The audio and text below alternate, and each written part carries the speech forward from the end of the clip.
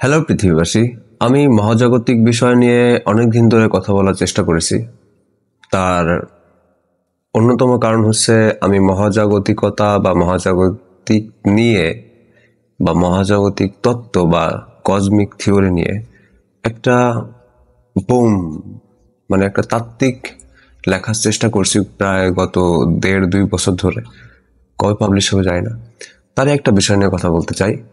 সেটা হচ্ছে আজকেই লিখেছি, সেখানে 2 লাইন আমি কোটেশন হিসেবে দিয়েছি যে নিজেকে জানো, অন্যকে জানলে তুমি সবসময় জানবে মিথ্যা ও মিথ্যা এবং ভুল।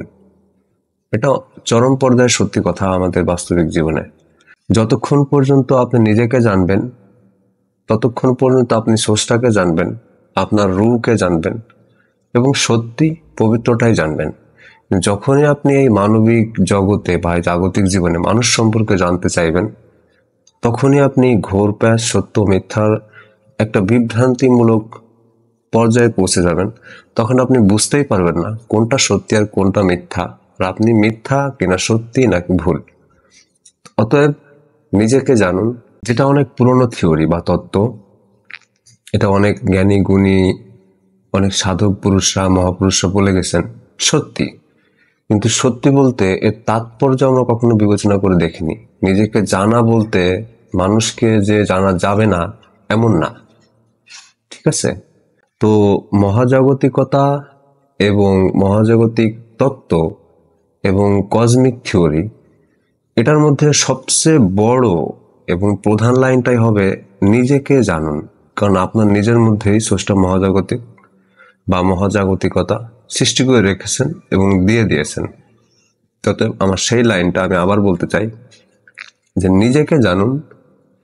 অন্য কোনো ব্যক্তিকে বা কোনো মানুষকে, কোনো প্রাণীকে আপনি জানতে গেলে জ্ঞান আহরণ করতে পারেন, কিন্তু মানুষের বেলায় বা দোপায়ী প্রাণীদের বেলায় একটাই জিনিস আপনার জীবনে ঘটবে, হয়তোবা আপনি ভুল প্রমাণিত হবেন, না হলে মিথ্যা এবং ভুল, এই 3টা জিনিস কোটেশন করে রাখবেন বা কোট করে বা নোট করে রাখবেন, যেটা আপনাকে কাজে দিবে।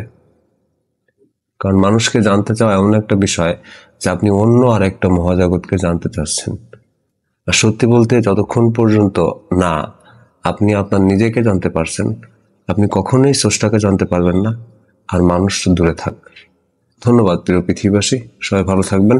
আমার মহাজাগতিক যে তাত্ত্বিক বইটা অদূর ভবিষ্যতে পাবলিশ হবে, সেজন্য অপেক্ষা করবেন ইনশাল্লাহ। বইটা